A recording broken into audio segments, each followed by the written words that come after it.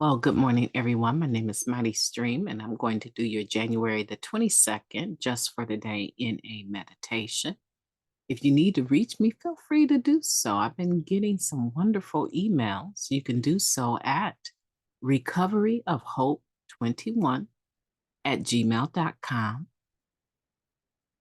Let's go ahead and get into the meditation. See what we have here.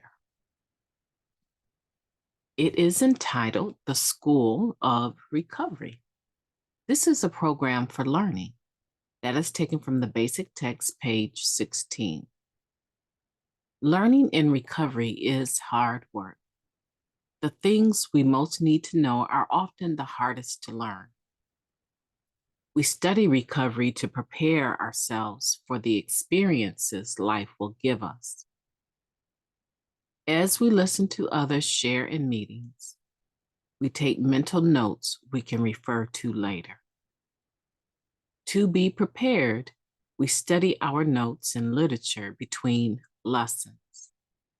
Just as students have the opportunity to apply their knowledge during tests, so do we have the opportunity to apply our recovery during times of crisis.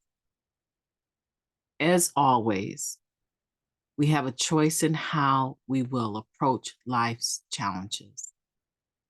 We can dread and avoid them as threats to our serenity, or we can gratefully accept them as opportunities for growth. By confirming the principles we've learned in recovery, life's challenges gives us increased strength. Without such challenges, however, we could forget what we've learned and begin to stagnate.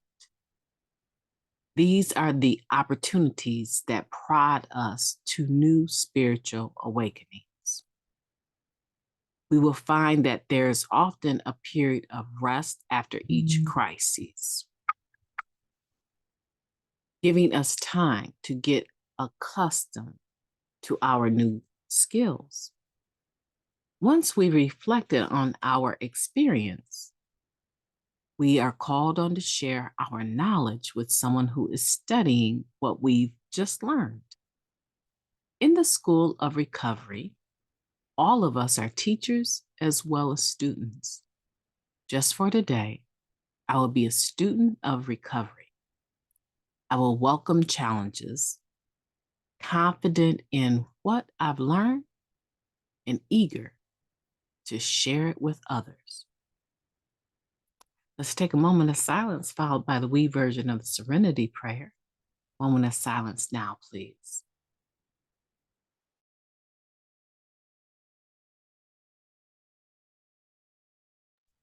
Thank you. God, grant us the serenity to accept the things we cannot change, the courage to change the things that we can, and the wisdom to know the difference. Just for today, please and thank you. The program is for learning. It's a place where we come and we learn how to do life without the use of drugs.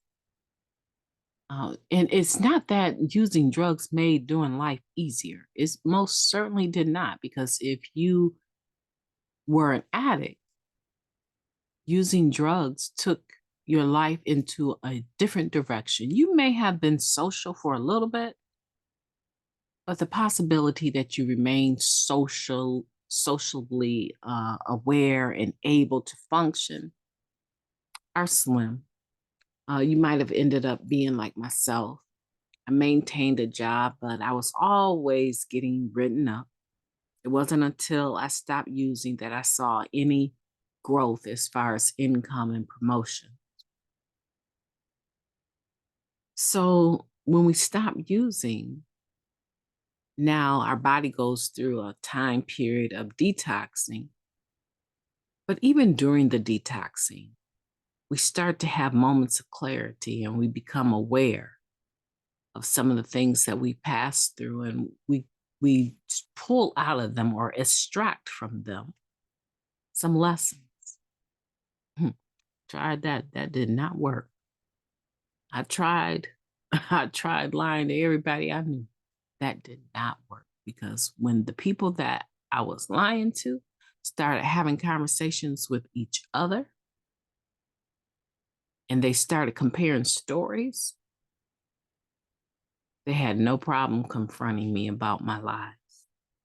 That did not work. So we began to extract our own experiences and making sense out of them. That's what we as people do. We try to make sense out of the life around us, what's going on in our lives. And for whatever reason, we really thought using was going to assist us. Now that we learned that that's not the case, and we've been graduates of the school of hard knocks, right? And the hard school of hard knocks, mind you. Here we are in a position today where we're still learning. However, we're also teaching. The most fundamental part of our recovery is the therapeutic value of one addict helping another is without parallel. Yeah, even the world is beginning to acknowledge that we have something to offer. Now, some people might not like me when I say this, and it's not negative. What I'm about to say is not negative at all. I just want to give credit to where credit is due. In our recovery programs, we have sponsors. We also have people trying to get rid of that word, right? This woke society is trying to level the playing field in such a way where everything is blurred and you can't tell one person from another, one situation from another, one act of kindness or evil from another, or even if it is evil or kind. We actually have people meeting, trying to overthrow some of the terminology used in our basic text. And to me, that's unfortunate. But we know that the therapeutic value of one addict helping another is without parallel. Some of those people would prefer to use the terms mentor, friend, and all of that is fine. But the terminology that we use is sponsor, sponsee, sponsorship. And this describes a lot of that teaching modality. It describes one person having had the experience and survived it without using or with using. This is their experience, strength, and hope that they're clean now and have survived all of that past stuff. And they have a working knowledge of the 12 steps and traditions. And someone approaches them and say, "Can you help me? I want to know when I'm supposed to be applying the first, the second, third, the spirit, or the fourth or fifth. I need to know when I need to be applying these spiritual principles in my life. Can you help me?" That is, in action, the therapeutic value of one addict helping another being without parallel, although we can go find help in other places. In the meeting, we get the same thing. This pot of stew of recovery that everybody pitches something in. It started out with a rock foundation of recovery, and people come add their experience to it by sharing, and other people are able to eat or learn. They're being taught. Today's society has taken our strength and acknowledged it and said, this peer-to-peer support, right, modality is important. This strategy of having had a lived experience is important. Let's try to incorporate it into everyday living to the best of our ability and bring it into our agencies and call it peer-to-peer support or recovery coach. Do you see that? Do you understand that the world has acknowledged that what we've been doing is not a new concept?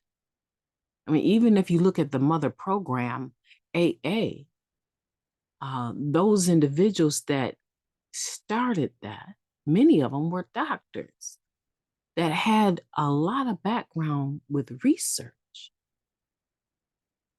It's not a new concept. This has been around. This ideal of one person being able to help another that has a similar experience has been around for ages. And now the world is starting to say, we like that. We like that.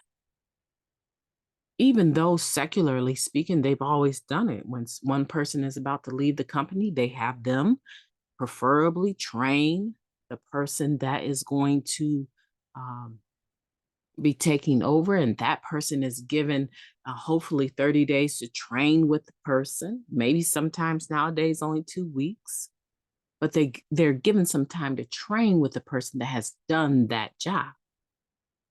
And they're also placed on what? 90-day probation.